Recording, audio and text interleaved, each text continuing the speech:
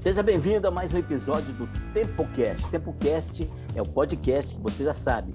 É o podcast que ajuda você a preparar o seu futuro com mais planejamento, com mais protagonismo e com mais oportunidade. Inclusive, se você viu ali Tempo, escrito com 2 P's, não se assuste. É isso mesmo, 2 P's. P's de protagonismo, P's de planejamento e, na sequência, o nosso O de oportunidades. TempoCast. Então, nós ajudamos você a preparar o seu futuro com planejamento, com protagonismo e com muita oportunidade, para você enxergar, inclusive, as oportunidades abertas aí à nossa frente. Nós temos aqui aquele nosso time de especialistas de sempre que você já conhece. Tá? Nós temos aqui o M. Schneider, que é o nosso life coach, é o nosso especialista em gestão de pessoas. Nós temos o João Cirilo, que é consultor financeiro, consultor de organização, é autor de vários livros, romance, mas também vários livros na área de planejamento empresarial. Eu tenho aqui a Elisa Miyaguchi, que é mentora empresarial, é consultora de organização, consultora de negócios também. Esse time você já conhece. Mas hoje nós estamos estreando o nosso primeiro episódio do TempoCast Convida, com um convidado muito especial. Nós estamos aqui, e ele vai dar um oi primeiro, e depois eu vou apresentá-lo, fazer as honras da casa, de maneira, assim, muito completa. É o nosso amigo Sidney da Costa Soares, mas nós vamos chamar o Sidney de Sid. Sid, seja muito bem-vindo aqui ao nosso primeiro TempoCast Convida. Puxa vida, que honra estar participando desse projeto com vocês, inaugurando ele, pelo que eu estou percebendo, né? E sou muito grato e fico muito honrado de estar nessa roda. Ô Cid, e receba aí as boas-vindas da Elisa também, né, Elisa?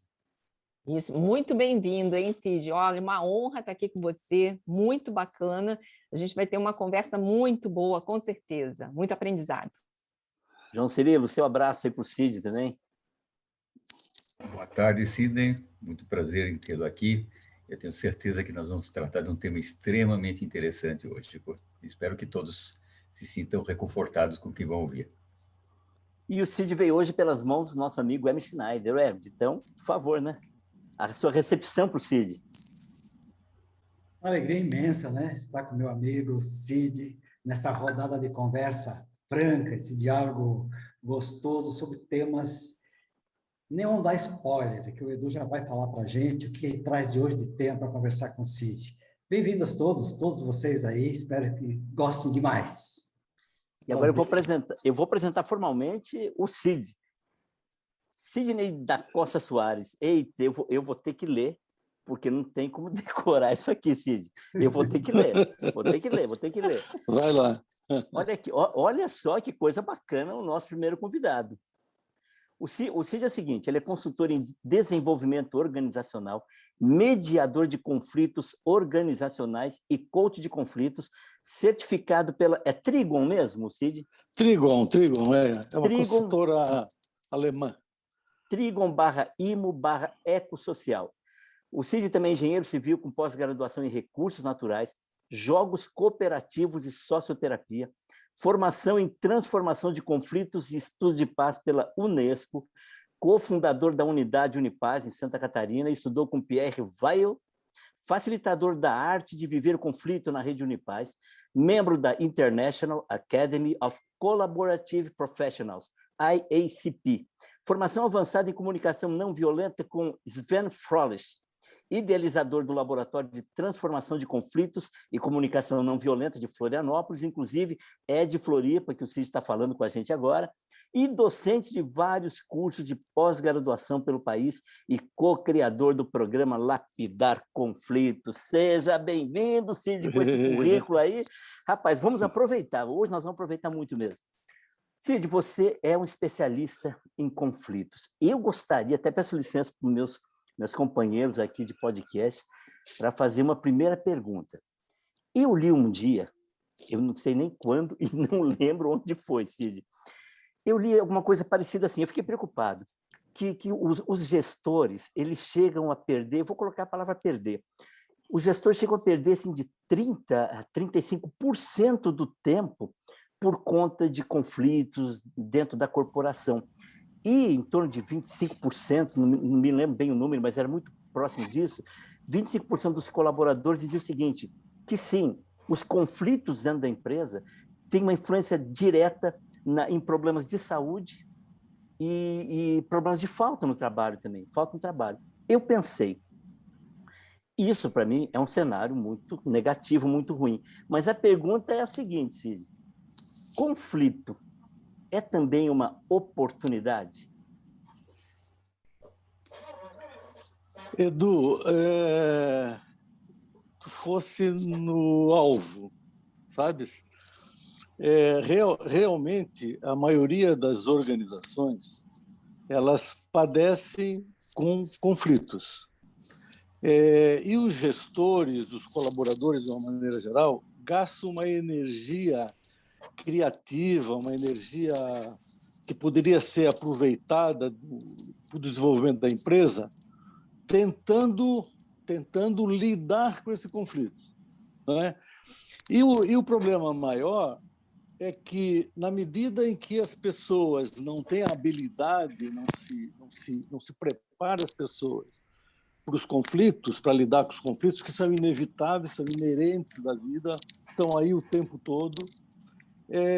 Esses conflitos não, sem serem adequadamente trabalhados, eles têm uma tendência a escalar.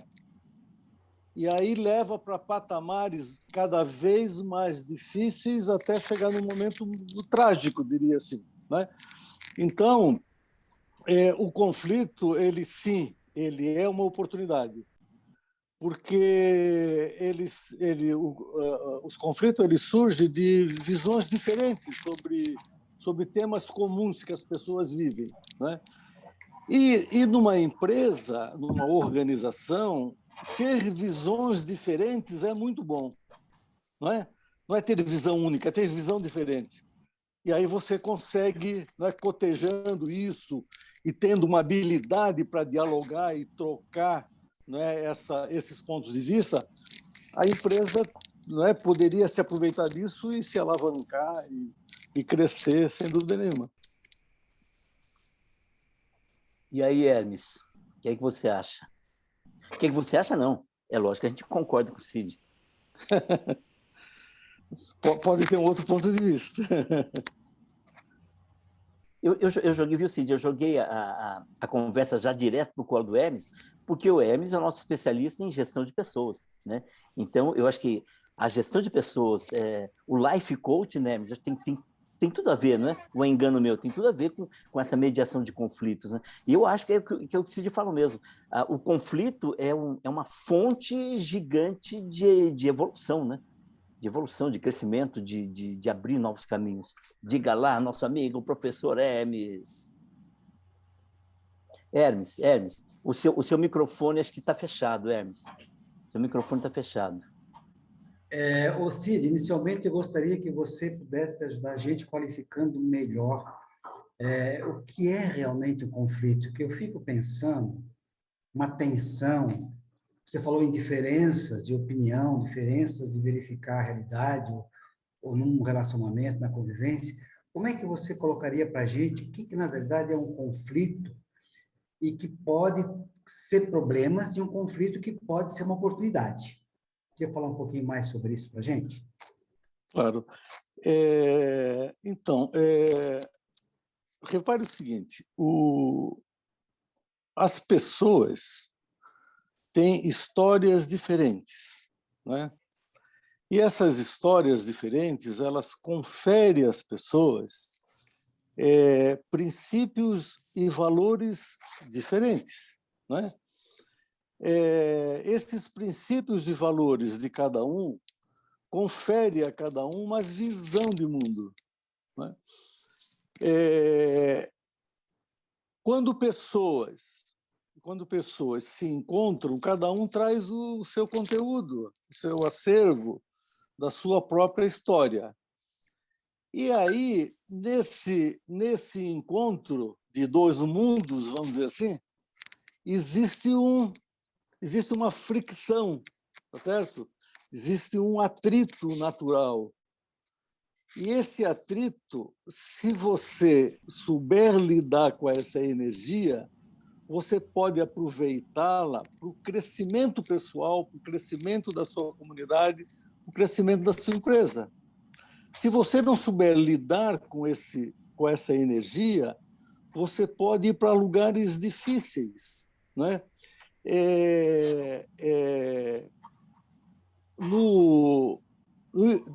Existe o ideograma. No ideograma, a Elisa talvez saiba até depois, né, melhorar essa explicação que eu vou dar. No ideograma chinês, crise e oportunidades, eles têm o mesmo ideograma. Olha que interessante. Porque a crise ou o conflito, ele é uma oportunidade. Não tem aquele ditado que diz que a unanimidade é burra? Porque a unanimidade não aproveita essas nuances, essas diferenças que têm as diferentes pessoas, o que é muito bom. Não é? Hoje, cada vez mais, a gente valoriza a diversidade nas comunidades, inclusive nas organizações. Não é? Quando você vai hoje em dia, quando você vai numa organização, não é, que você vai ser admitido, está nesse processo de admissão, eles perguntam assim: mas qual é o seu hobby? E aí o cara fica muito intrigado, né? Pode ficar intrigado, mas eu venho aqui para trabalhar ou para me divertir? Não, não, é que o hobby dele pode ser escalar montanhas. E um cara que escala montanhas pode ter uma experiência única que os outros daquela organização não têm e que, em algum momento, pode ser valioso para resolver alguma questão. Exatamente. Mas aí... Opa. Elisa, pode falar. Complementando aí a questão do ideograma chinês, né? Eu sou de origem japonesa, né? Eu e Edu aqui. Mas, enfim, os ideogramas são os mesmos, né? Okay, nós usamos os mesmos dos chineses, porém a fala é diferente, a leitura é diferente, o som é diferente. Tem algumas outras diferenças, enfim. Mas realmente, crise e esse ideograma da crise, ele tem dois, na verdade, que são juntos, né? Um é crise e o outro é oportunidade mesmo. Então, eles andam juntos, como você falou. Agora, eu tenho uma dúvida que é o seguinte: a origem do conflito, você até falou das histórias das pessoas, mas pode acontecer, né? Vamos supor, não sei, alguns gestores, acho que eu mesma já passei por uma situação semelhante. A pessoa tem um conflito interno dela, ela está com um problema dela, né? E ela trazer essa situação para o ambiente de trabalho. Aí a minha pergunta é: qual que é a origem realmente do conflito? É isso mesmo? É dentro, a pessoa está vivendo uma situação difícil, uma angústia, e aí você tem que tratar, provavelmente, daquela pessoa de maneira, assim, particular, entender a história, o momento que ela está passando, enfim. Queria ouvir um pouquinho de você sobre isso, sobre a origem do conflito, sobre essa situação desse conflito interno, o quanto ele pode influenciar, como que a gente pode tratar de uma situação como essa, enfim. Que legal. Elisa, esse é o ponto do conflito. A origem antes vou fazer uma divagação um pouquinho, assim, para a gente ilustrar melhor. Depois da Segunda Guerra Mundial, foi formado a ONU, né? E na ONU, um dos organismos foi a Unesco, que se dedica à cultura, à educação, etc. E aí eles convidaram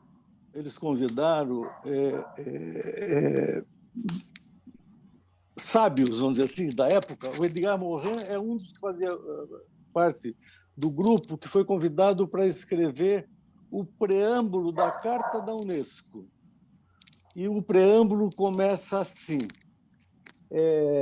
sabendo que a guerra começa na mente dos homens, é aí que tem que ser erguidos os baluartes da paz. Olha que legal. Então, essa é a gênese de tudo, não é? no interior de cada um, no interior de cada um, que surgem todos os conflitos, né? E aí os conflitos, aí então assim, de uma maneira mais didática, né? Tem o conflito intrapessoal, tem um conflito interpessoal, o conflito inter e intragrupal e os conflitos internacionais, de uma maneira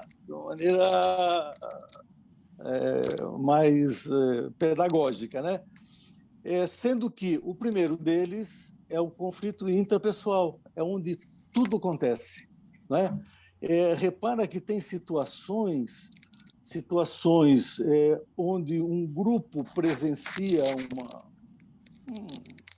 um certo evento e aquilo ali impacta diferentemente cada um.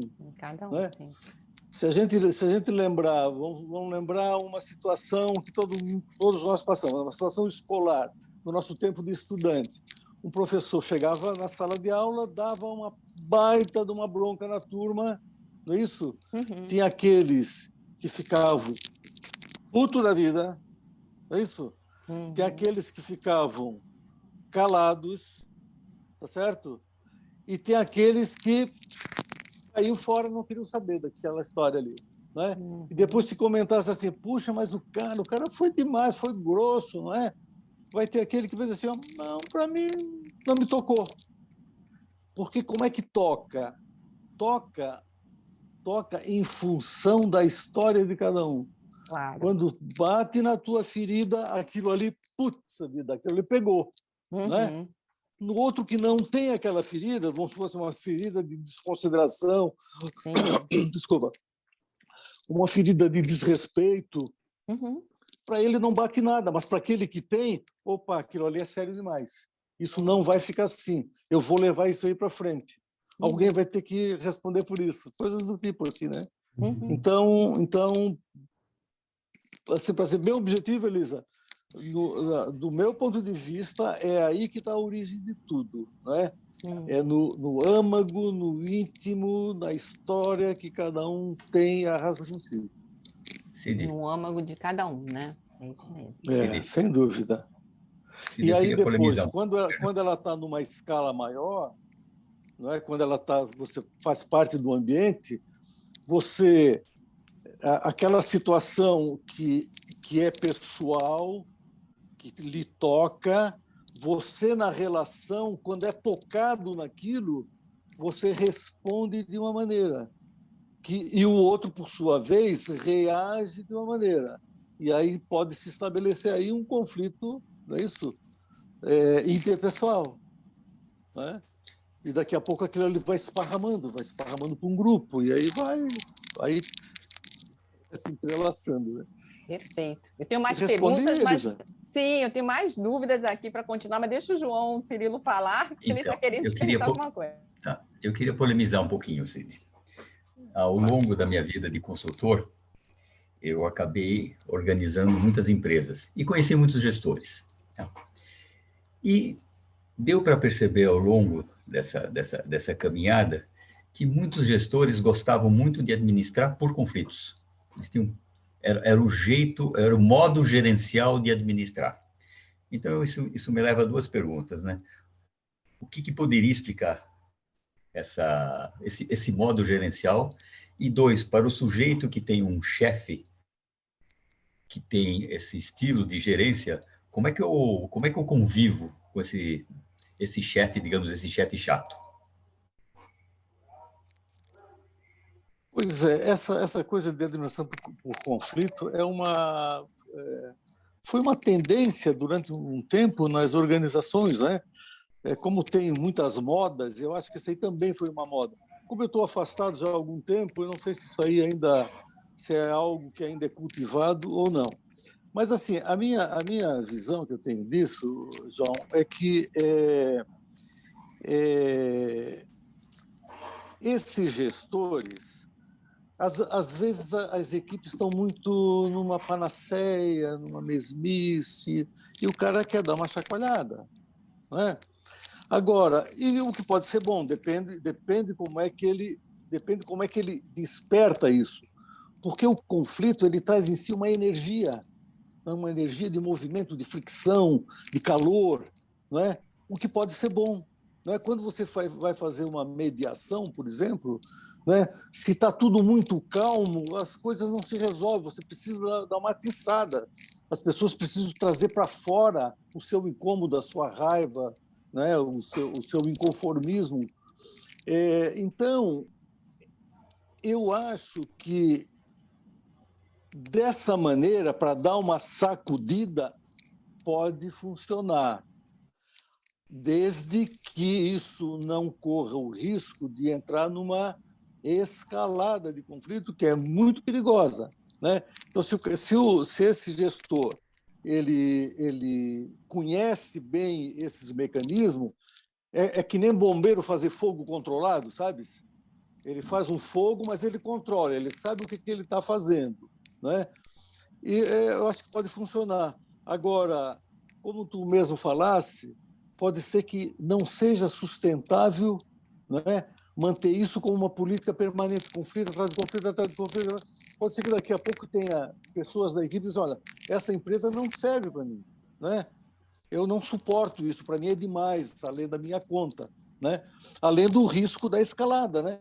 E até a escalada é algo que eu gosto de falar, que eu acho que é importante, né? Para as pessoas entenderem. A escalada do conflito, o conflito ele começa numa pequena fricção, numa coisa, eu falei alguma coisa e o outro se contrapôs. E eu achei que ele foi um pouco rude. Ou eu mandei um e-mail ou um WhatsApp para o meu companheiro de trabalho, vamos pegar isso num ambiente organizacional, tá certo? Mandei e ele não me responde, não é? Não me respondeu, não me deu atenção. Eu pedi uma reunião, ele não abriu a agenda dele, não é? Então esse é o primeiro degrau da escalada, que os alemães chamam de como é que eu escrevi aqui? Eles chamam de endurecimento. Eu gosto de chamar isso aqui para nós é esfriamento, deu uma gelada, sabe? Mas é uma coisa muito tênue ainda, que você pode, puxa, cara, eu te mandei, tu não me responde, eu gosto tanto quando tu me dá uma atenção e tal, e aquilo ali se resolve, né? Mas ele começa assim. Aí ele vai para o segundo ponto, só para vocês acompanharem, a escalada do conflito, eles são 9 degraus. Mas a escalada, olha que interessante, eles não são degraus para cima, eles são 9 degraus para baixo. 9 degraus para baixo. O primeiro degrau é o esfriamento, ou endurecimento. O segundo é debates e polêmicas. As pessoas não resolveram no primeiro degrau e daqui a pouco já estão meio que um bate-boca. Pô, mas tu também, tu sempre desse jeito, sempre me respondendo assim, né? E aí bota esse sempre como algo assim para melhorar o seu argumento, o seu peso, né? Depois disso, vai para ações, o nome do degrau é ações ao invés de palavras. É quando o cara diz assim, agora vai ser do meu jeito, não quero nem saber o que o outro vai pensar ou vai dizer. E vai escalando. Vocês sabem qual é o último degrau? É juntos ao abismo. Juntos ao abismo é o seguinte, não vai ser para mim, mas também não é para ti. Não é? Então, eu acho que a gente viu aí na política, quando foi o Juntos para o Abismo, foi aquele presidente da Câmara e a Dilma Rousseff, né? Ele foi para a cadeia e ela perdeu o mandato dela. Foi um conflito desse tipo, Juntos ao Abismo. Não serve para ninguém, né? Então, essa escalada, ela é bem delicada, ela é bem perigosa, porque ela pode e até o quarto degrau, mais ou menos, as pessoas de entorno, não é? As pessoas de entorno, elas podem auxiliar e tirar dali, não é? Então, uma pessoa que tem uma ascendência, digamos assim, moral sobre quem está os contendores do conflito, ele pode atenuar. Mas depois tem um lugar dessa escalada que profissionais de conflito também podem mediar e tirar dali. Mas quando chega lá nos últimos degraus, não tem mais o que fazer. A coisa já foi. Vou dar duas dicas para vocês. Vocês gostam de filme, de cinema? Eu gosto muito. Então procura lá um que é clássico sobre escalada de conflito, que é A Guerra dos Roses. Eu lembro desse. Esse é um clássico. Lembra? Lembro. Michael Douglas e Kathleen Turner.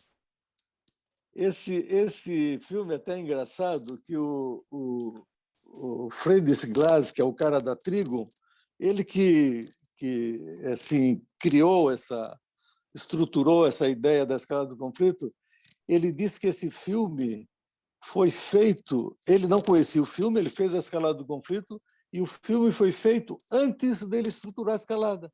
Mas ele é uma aula de escalada do conflito. É muito interessante. E o outro bem bacana também, vocês vão curtir, é Relatos Selvagens.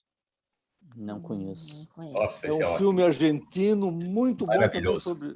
Maravilhoso, é isso aí, João. Maravilhoso. Como é que é? Relato Selvagem. Relatos Selvagens. Relatos. Esse está anotado já aqui, hein? Esse eu tive que assistir eu estou fazendo psicologia, né? Apesar da minha idade, estou no segundo ano de psicologia.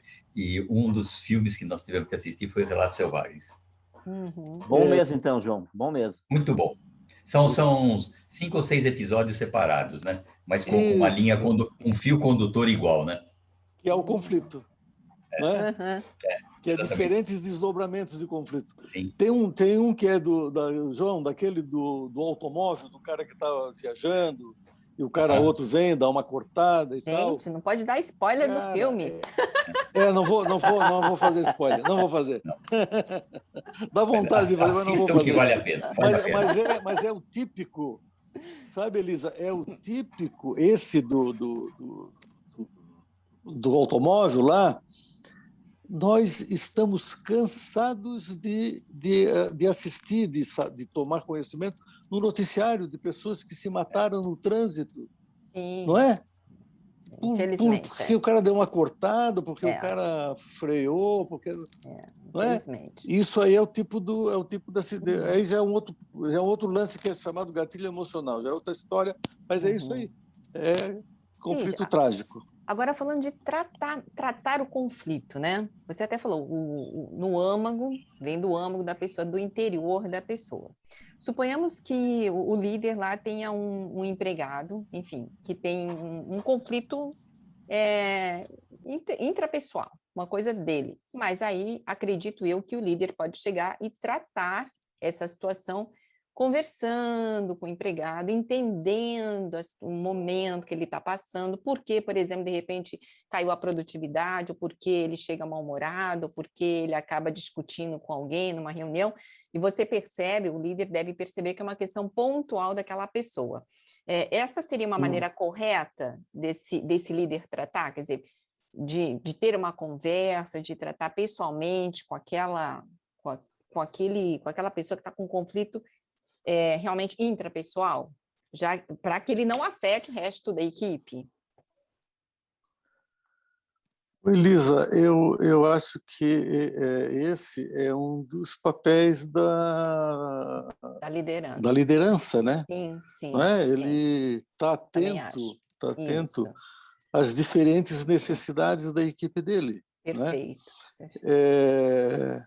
O que eu reparo, eu gosto de CNV. Vocês viram que, inclusive, criei aqui em Florianópolis um laboratório de conflito e comunicação não violenta. E a CNV ela é também conhecida como a linguagem das necessidades. Né? E ela, o Marshall, né, que é o criador da CNV, ele diz o seguinte: nós nos movemos o tempo todo por necessidade. Nesse momento, nesse momento, nós estamos aqui atendendo alguma necessidade nossa, tá certo? Pode ser necessidade de pertencimento, pode ser necessidade de autorrealização, não é isso? Pode ser necessidade de segurança, de estruturar um trabalho para que ele se desenvolva, eu me sinta mais seguro no meu futuro. Pode ser diferentes necessidades. Então, o gestor e as necessidades das pessoas não são as mesmas, né? Em algum momento sim, em outro momento não, tá certo? Porque as pessoas têm a sua história, né, que pauta as suas necessidades, tá certo? Então, se o gestor, no seu papel de estar atento ao bem-estar da equipe, porque uma equipe para ser produtiva, para ser criativa, ela precisa estar numa situação de conforto, de bem-estar, não é? Ou seja, ela precisa estar com as suas necessidades atendidas. Então, se ele tá percebendo que tem algum colaborador que não está bem, ele é do papel dele se aproximar dessa pessoa, tá certo? E de uma forma adequada, tentar entender o que se passa com aquele indivíduo, né? Se você chegar e a forma como você aborda isso pode ser uma maneira boa, produtiva, adequada, ou pode ser um desastre, né? Você pode chegar para a pessoa e dizer assim: puxa, eu te pedi um relatório e você não me devolve. Você nunca faz no tempo que eu preciso. E esses nunca, sempre, toda a vida, sempre são bem desastrosos, sabe? Porque são ênfases que a gente dá para tentar já ter razão no começo da conversa, né?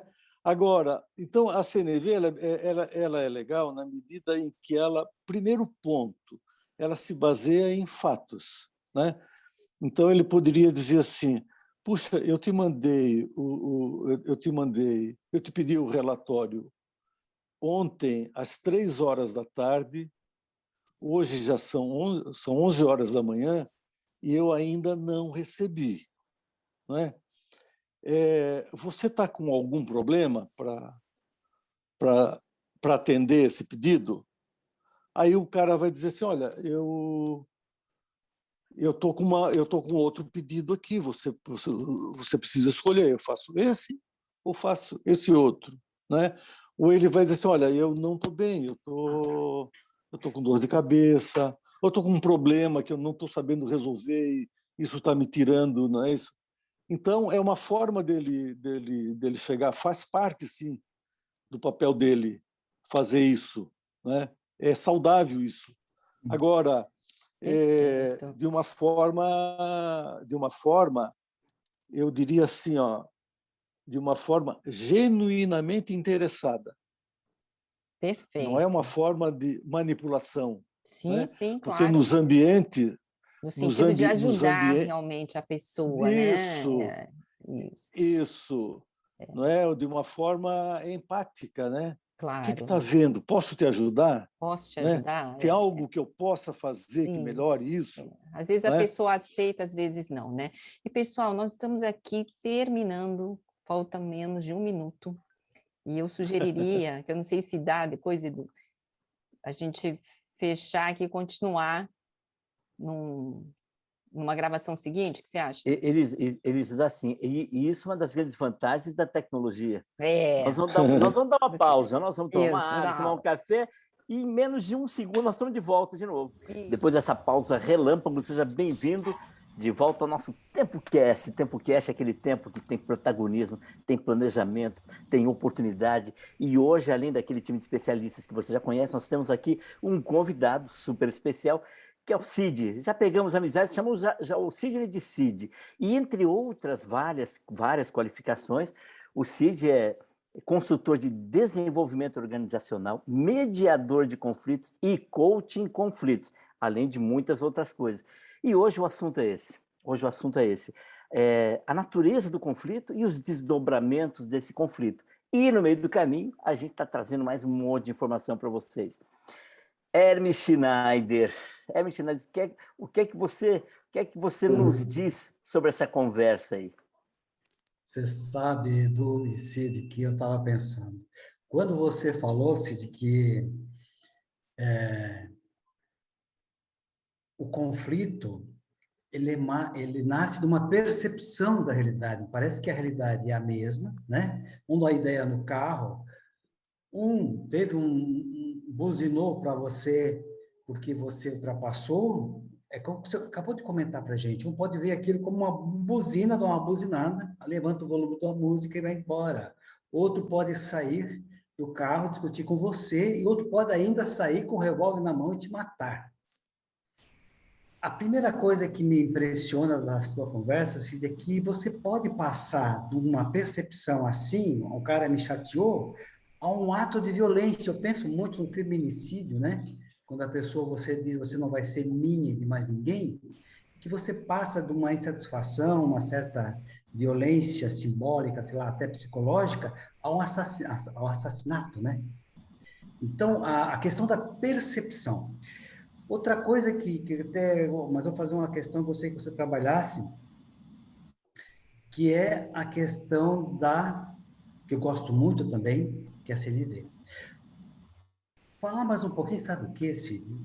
Uma das pilares, né, um problema central do conflito é a falta de comunicação, na verdade. Não se comunicam. Dois mundos separados, como você colocou, num mundo que não se conversam. Então, o vale da morte é a falta de comunicação. E a CNV dá uma contribuição muito importante nisso aí, né? Eu sei que você conversasse um pouquinho sobre a importância da gente não pré-julgar. Você falou muito das necessidades, né? E a questão do teu conceito de simpatia, empatia, porque uma das coisas, pressupostos básicos da CNV, me parece que é você ser empático, né? Mas parece que tem um pouco até de confusão nisso, você é muito simpático, mas isso é a mesma coisa que ser empático. Conversar um pouquinho sobre isso. Eu considero muito importante a questão do julgamento. Não sei como é que você vê, a gente é muito levado a pré-julgar as pessoas. Mas fala um pouquinho sobre como isso pode ajudar a gente a evitar, né, conflitos e conviver um pouquinho melhor com as pessoas que estão com a gente. Só um pouquinho, só para explicar para os nossos ouvintes, CNV, Comunicação Não Violenta, tá?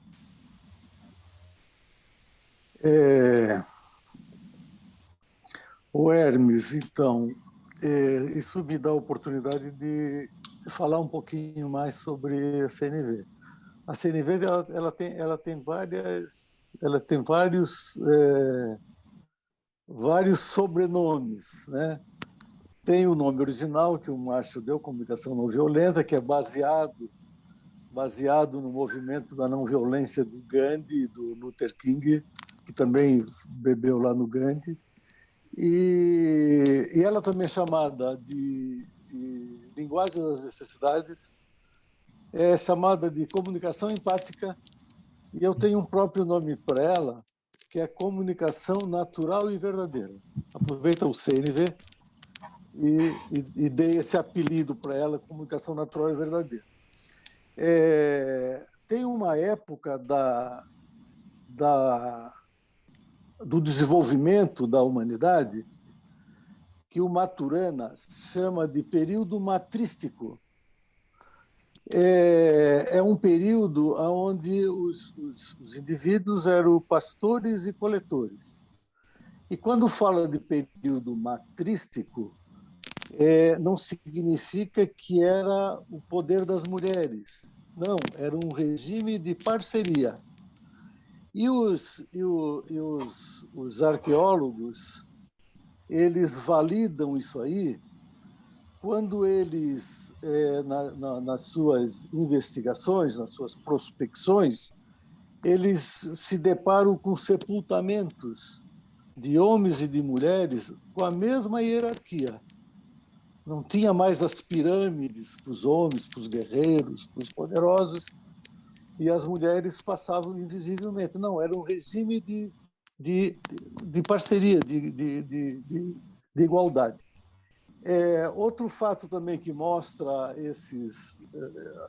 que valida também essa ideia é que os lugares, os povoamentos, mesmo periódicos desses grupos, não era o pico, não era o topo das montanhas por questão de segurança, não, eram os vales, eram os lugares com boas fontes de água. E, nesse período, a comunicação era essa, uma comunicação natural e verdadeira, né?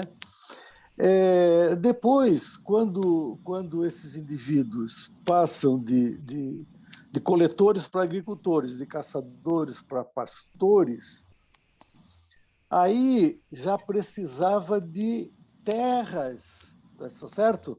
Para poder desenvolver a agricultura e desenvolver, né, os rebanhos. E aí essas propriedades elas passaram o regime que era matriz passou para o regime patriarcal, né? Aonde os homens tinham a prerrogativa e as mulheres serviam para reproduzir, porque como tinha propriedade precisava de mão de obra. E aí as mulheres tinham muitos filhos para poder dar conta de cuidar dos afazeres, tá certo? E nesse período, é nesse período que começam então as disputas, os conflitos por mais terra, por mais espaço, né? E aí começa a formação de hierarquias, né? Hierarquia militar, hierarquia eclesiástica, hierarquia política, né? E isso aí impacta na linguagem. Aquilo que era uma linguagem natural e verdadeira passa a ser uma linguagem que eu chamo de CMV. Era uma linguagem onde ela se sustentava na culpa, no medo e na vergonha, para poder, então, o sistema patriarcal poder impor as suas regras e continuar se reproduzindo naquele modo. Tá certo? Então, esse modelo de comunicação baseado na culpa, no medo e na vergonha, ele permeia toda a nossa cultura, toda a nossa realidade, né? Na escola, na família, no trabalho, nas organizações. Ela está lá, tem sempre uma espada, tá certo? Sob a sua cabeça. Né? Nas organizações, não precisa dizer que você não correspondeu àquilo, você vai ser demitido. Não é isso? Então, isso aí é medo. Né? Se você pega vamos imaginar assim, uma cena doméstica, tranquila, que é a mãe, tá certo? A mãe dando comida para sua filhinha, tá certo? E aí ela está ali, a filhinha não está com muita vontade, não quer, está resistindo. Aí pinta o seguinte diálogo. A mãe diz assim: se você não comer, você não vai sair para passear. Quem não conhece esse tipo de colocação? Ou ou a mãe diz assim: puxa, filhinha, fiz isso com tanto carinho, não é isso? Mamãe levou tanto tempo e agora chega aqui, você não come, né? Então você implica ali novamente uma culpa. Eu sou culpado pela infelicidade da minha mãe, né? Ou ela diz: você não vai comer, você vai ficar doente, medo, né? Ou ela vai dizer assim: mas você ainda não comeu isso? Olha ali a sua amiguinha, já está no segundo prato. Vergonha, né? Então, esse tipo de linguagem, ela permeia o nosso modo, né, de nos comunicarmos, né? E vai olhar isso aí, e a gente vai ver o tempo todo. Bom, eu acho que a CNV ela vem assim para dar um passo além nesse modo como nós nos comunicamos. Eu diria que assim, que é uma nova linguagem chegando. Vai levar tempo, não vai ser fácil, mas ela está se implantando. Nós estamos aqui, ó, conversando sobre ela, e muita gente vai assistir isso. E já não é mais tão novidade assim. Muita gente já pratica isso e está aprendendo, e está grupos pelo mundo todo e tal. Então, não é nada poético nem idealismo acreditar nisso. A CNV ela foi estruturada, pensada pelo Marshall, e tem os famosos 4 passos, né? Que é o passo da observação, né? Então, eu observo algo. Quando eu observo algo, aquilo ali me provoca um sentimento, né? Um sentimento de alegria, ou de tristeza, ou de raiva, seja o que for, um fato. Né? O fato é que ele me impacta, o fato é eu observo pelos meus sentidos. E aí aquilo ali, segundo a minha visão que eu tenho do mundo, do que eu acredito, do que eu valorizo, aquilo ali me impacta de uma maneira. Então me provoca um sentimento. E me provoca um sentimento porque eu tenho uma necessidade que precisa ser atendida, não é? E aí o 4º passo, então, é poder fazer um pedido, né? Para que a minha necessidade seja atendida, né? Frente àquela situação. Então, mas para fazer esses 4 passos, primeiro que eu queria assim, sempre quero assim destacar que muita gente diz assim: mas esses 4 passos não funcionam, eles são muito artificiais. É verdade, se você for seguir ele do jeitinho que está ali, porque aquilo ali é um modo como foi estruturado, é um modo didático de apresentar. O Marshall, lá no livro dele, ele fala assim: você pode praticar CNV sem dar uma palavra, sabe? Com a sua expressão facial, com a sua expressão corporal, o jeito como você se movimenta, você está dando, né? Tá dando demonstração, está praticando ela, né? Então, ela acho que agora eu me perdi. Isso não é incomum acontecer comigo. Então, para praticar, eu preciso, ainda há pouco eu falei. A questão do julgamento que a gente faz, lembra, Cid? Tá, eu vou chegar na questão do julgamento. Eu preciso estar verdadeiramente interessado no outro, né? Eu preciso ter interesse genuíno. Não é manipulando, não é querendo ir muito rápido, não é querendo fazer que o outro faça o que eu quero.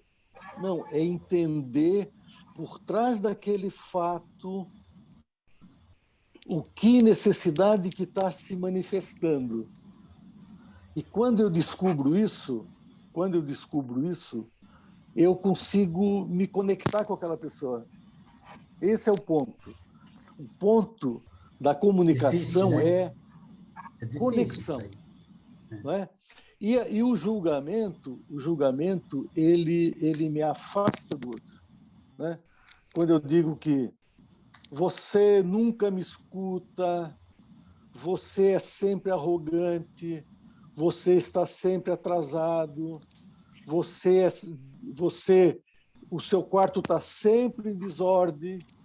Então eu estou rotulando a pessoa, julgando a pessoa, esse é o pior caminho para eu me aproximar dela e poder entender que necessidade está atrás daquilo, né? É diferente eu entrar no quarto do meu filho e dizer assim, esse teu quarto está sempre uma bagunça, né? Ou eu posso dizer assim, meu filho, desde ontem que esse quarto... Aí é fato. Desde ontem que eu reparo que essas roupas estão no chão. Fato, não é? Ele sabe que ontem a roupa estava no chão. É diferente eu dizer assim, ó, esse teu quarto está sempre uma bagunça. Ele pode pensar assim, não, mas antes de ontem eu dei uma arrumada dele, ele estava super em ordem. Né? Então não é sempre que ele estava... Mas se eu disser para ele, olha, desde ontem que eu reparo que essa roupa está no chão, ele vai saber que é verdade. Então a minha chance de seguir numa conversa é melhor, não tem garantia que ela vai acontecer, mas ela é melhor do que eu julgar o cara já a priori. Isso aqui está sempre uma bagunça. Né? Então eu falei para ele do que eu observei. O segundo ponto, eu posso dizer assim, a minha necessidade é que a casa esteja em ordem. Não é? Essa é a minha necessidade, eu tenho essa necessidade.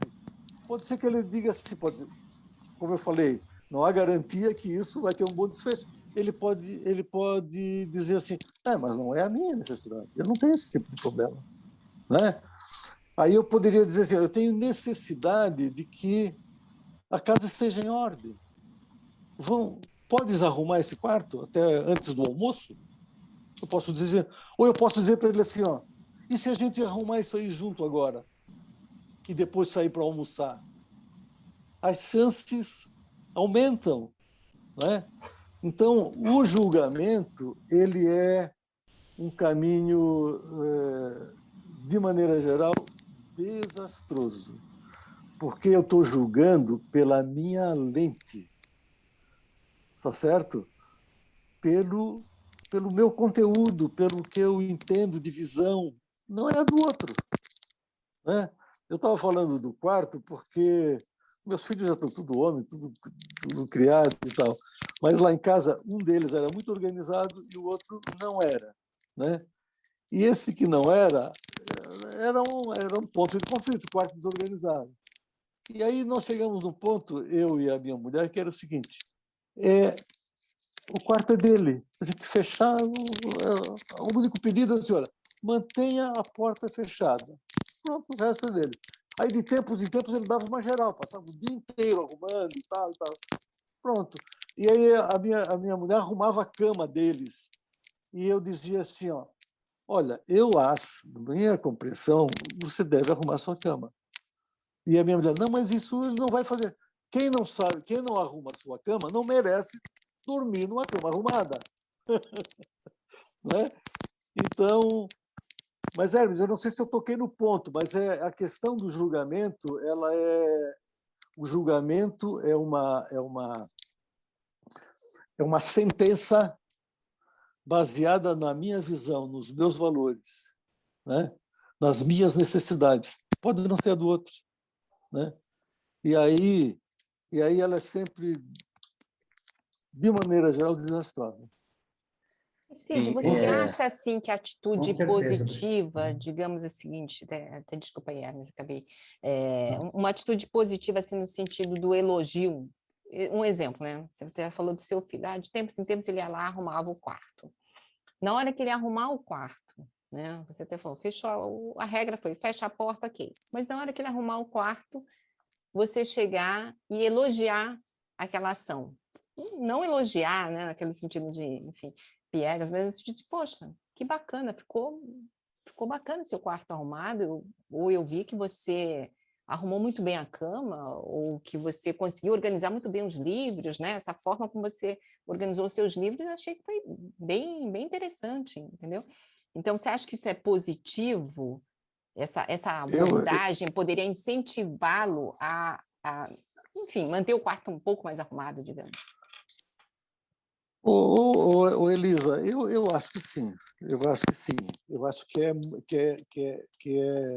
tem até na pedagogia tem uma pedagogia do reforço positivo, né? que é tu destacar Exato. aquilo que é legal, aquilo que foi Sim, feito, sim, que valorizou, que sim, contribuiu para o ambiente, para as sim, pessoas. Sem dúvida, eu acho que é. Agora sim, eu acho que é ter o cuidado para que isso não seja uma manipulação, né? sim, para que seja Tem que ser algo verdadeiro, né? Isso, algo verdadeiro, genuíno. verdadeiro, Puta, que legal! genuíno, isso. Não, Puta, a que teu pessoa também quarto ficou percebe, lindo. né? Isso. É como É. nas empresas, eu diria, né? Nas empresas, você até falou lá no início a questão do conflito, trazer oportunidade, acredito nisso também, nas empresas, assim, hoje em dia a gente vem trabalhando muito a questão, por exemplo, do design thinking, não é bem um conflito, mas é você gerar algum tipo de fricção, né, para que as pessoas deem ideias diferentes, você dá liberdade para que as pessoas deem ideias assim, meio que malucas, né? Que a gente brinca. Antes as pessoas não podiam dar ideias malucas, digamos. Hoje não, a pessoa pode dar aquela ideia assim, completamente fora da caixa, que ela pode, de repente, gerar alguma coisa aí no futuro que a gente não imaginaria de solução. Mas aí, nesse mesmo sentido, né? Eu digo assim, nas empresas também tem uma questão não do elogio, mas assim, da celebração, né?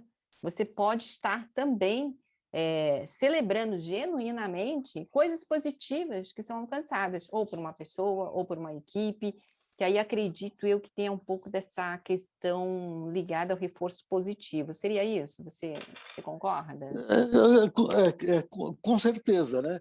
Eu gosto de pensar assim, por que as pessoas vão as pessoas vão num campo de futebol, num estádio de futebol, né? E aí quando o time faz um gol, né, o seu time faz o gol, aquilo é uma festa, é uma celebração, é uma catarse, não é isso? De felicidade.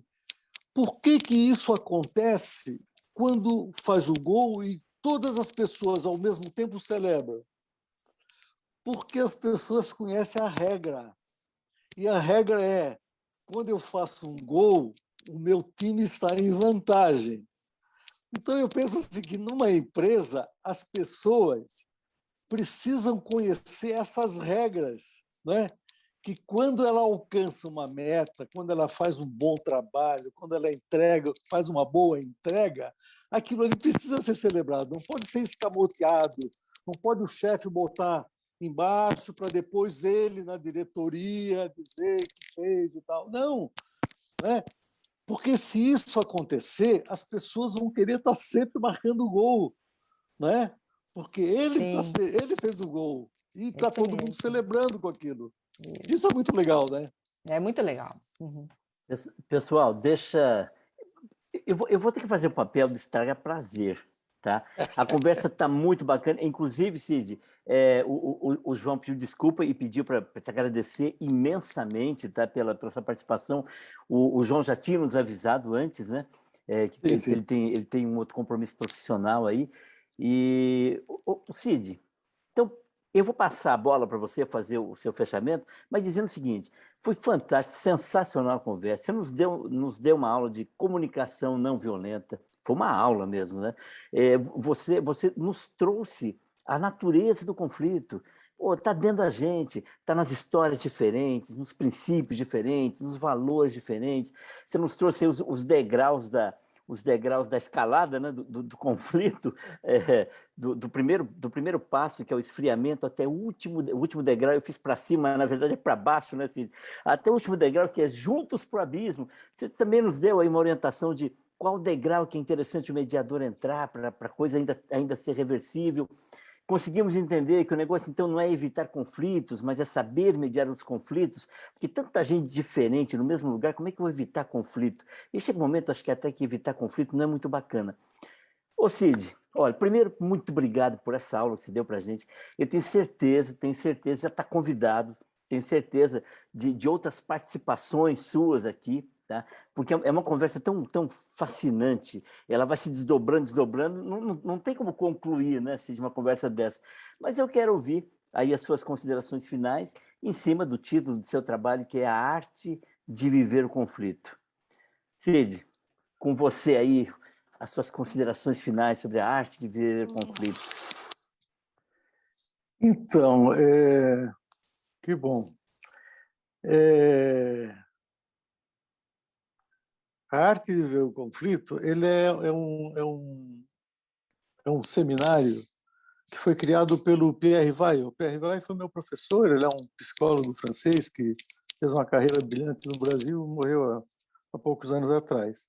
E eu tive a felicidade de estudar com ele. E ele escreveu, passou 3 anos no mosteiro tibetano, e ele, quando voltou, ele escreveu um livro que era chamado A Arte de Viver em Paz. E o Arte de Viver em Paz, ele tem 7 capítulos, que depois foram transformados em módulos e foram... Hoje a Unipaz ela aplica essa formação aí no Brasil inteiro. E eu me interessei, as pessoas não gostavam de conflito e tal, e escolhi outros, e eu escolhi a Arte de Ver o Conflito. E justamente por isso, porque ele é bem desafiador,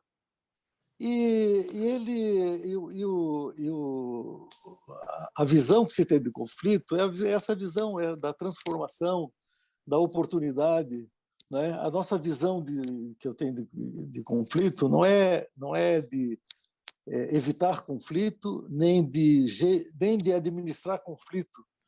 Conflito ele não demanda gerência, ele demanda transformação. Essa é a palavra do conflito, né? Ele demanda transformação. Ele pede transformação. Resolver conflito, você resolve quando você deu uma batida no carro com alguém no trânsito, e aí você tem que resolver aquilo rapidamente, você não tem relação com aquela pessoa, não vai mais se encontrar com ela, e você quer um desfecho que seja justo para você e para o outro. Talvez isso aí se enquadre em resolver conflitos. Todos os demais, na minha compreensão, eles demandam transformação. Em especial, conflitos com pessoas que você tem relação continuada, que estão nas empresas, nas famílias, nos condomínios, tá certo? Então, ali você precisa estar transformando aquela situação, porque você tem uma relação com aquelas pessoas, você tem interesse em se desenvolver, em crescer nas proximidades com ela, né? Então ele vai por aí, né? Essa visão que a gente tem do conflito. E eu queria dar mais duas palhinhas, que é sobre a questão do que fazer. Eu acho que a gente não tocou suficientemente, já que o conflito começa no âmago, não é isso, de cada indivíduo. Como fazer isso de uma maneira mais produtiva, mais eficiente, né, com melhores chances? Eu acho que tem muitos caminhos, porque quando é eu com o outro, bom, parte é minha, parte é do outro. Agora, tem questões que sou eu comigo mesmo. Eu acordo às 4 horas da manhã e estou com o meu conflito lá. Não tem nada a ver com o outro, tá certo? Então, tem muitos caminhos, muitos caminhos. Eu diria que para esse caminho interno, eu acho que é autoconhecimento, meditação, caminhos espirituais, psicoterapia, artes marciais. São esses recursos que me transformam internamente, aumentam a minha espacialidade interna, né? Quando a gente vê um monge naquela serenidade dele, ele já passou os seus perrengues, ele já fez os seus isolamentos, muitas vezes por anos, e conquistou uma espacialidade, né? De generosidade, de paciência, de aceitação, de empatia. É isso. É difícil, é longo, mas esse é o desafio de uma vida, né? Não é para agora, não é para daqui a pouco, não é daqui ali na esquina, não é 100 metros rasos, é uma ultramaratona, né? E aí, quando a gente chega nesse ponto, aí já vou fechando mesmo, eu gosto muito de uma expressão que é fazer... A gente ouve muito o jogo do ganha-ganha, porque antes era o ganha-perde, né? Que é o que prevalece aí, né? Então, é a empresa competindo com a outra, querendo matar a outra, né? É o advogado numa ação em litígio com o outro, querendo, né, matar o outro, liquidar o outro, né? Aí se evoluiu para o ganha-ganha, né? Buscar sistemas colaborativos onde os dois lados ganhem, o que já foi bom. Mas eu acho que o desafio não é esse. O desafio é o ganha, ganha, ganha. Esse é o desafio, né? É quando tipo assim, no ambiente organizacional, é quando o colaborador ganha, a empresa ganha e o consumidor ganha. O ganha-ganha, ele também se expressa em acordos de divórcios, por exemplo, né? Onde ganha um lado, ganha o outro e ganha o entorno familiar, que pode ser os filhos, pode ser um idoso que viva isso com aquele casal, que vivia com aquele casal. Então, precisam ser acordos dessa maneira, não é? Hoje, aqui em Floripa, é comum acordos para empreendimentos que ganhou o proprietário do terreno porque fez um bom negócio, ganhou o proprietário, o empreendedor, porque vai fazer um empreendimento bom e lucrativo, e ganha a comunidade com melhorias que são acordadas e que serão feitas naquele entorno, seja seja do trânsito, seja de praças, seja de melhorias de equipamentos urbanos. Isso são exemplos simples, né, de um sistema ganha, ganha, ganha. E quando a gente chega nisso, a sociedade fica uma sociedade mais harmoniosa, mais interessante, mais justa, mais adequada. E esse é um dos desdobramentos de uma boa mediação de conflito, né, Cid? Os desdobramentos de uma boa ganha, ganha, ganha. Cid, olha, só nos resta agradecer você assim, de coração cheio de gratidão, sabe, de admiração. Tenho certeza que o pessoal que está acompanhando esse episódio do TempoCast aprendeu muita coisa. A senha que o Cid deixou para o final aí, pelo menos o que eu peguei, Cid, é o encontro de você com você mesmo, o autoconhecimento, e a chave é transformação. A transformação. Então, você ficou com a gente até agora. Muito obrigado. TempoCast é o podcast que ajuda você a preparar o seu futuro com muito protagonismo, planejamento, com muitas oportunidades. E só explicando aqui, então, o Cid, explica essa nossa logística aqui. O Cid, nosso convidado, está falando lá de Floripa. A Elisa, a nossa mentora de negócio, está falando lá do Rio de Janeiro. O João Cirilo, que teve que sair um pouquinho antes por compromissos profissionais, estava falando de São Paulo. E o Hermes e eu estamos falando aqui de Apucarana, no norte do Paraná. A gente pensou toda essa logística para poder trazer conteúdo para você. Gente, olha, um grande abraço. Nos vemos no próximo episódio. Você não se esqueça de se inscrever no canal, ativar o sininho da notificação. E se gostou da conversa, dá aquele joinha lá. Então, um tchau de todo mundo aqui. Tchau, Cid. Tchau, Hermes. Tchau, Elisa. Valeu. Tchau, pessoal. Até a próxima. Obrigada, Cid. Um prazer enorme. Valeu. Prazer estar aqui com vocês. Tchau. Até o próximo TempoCast.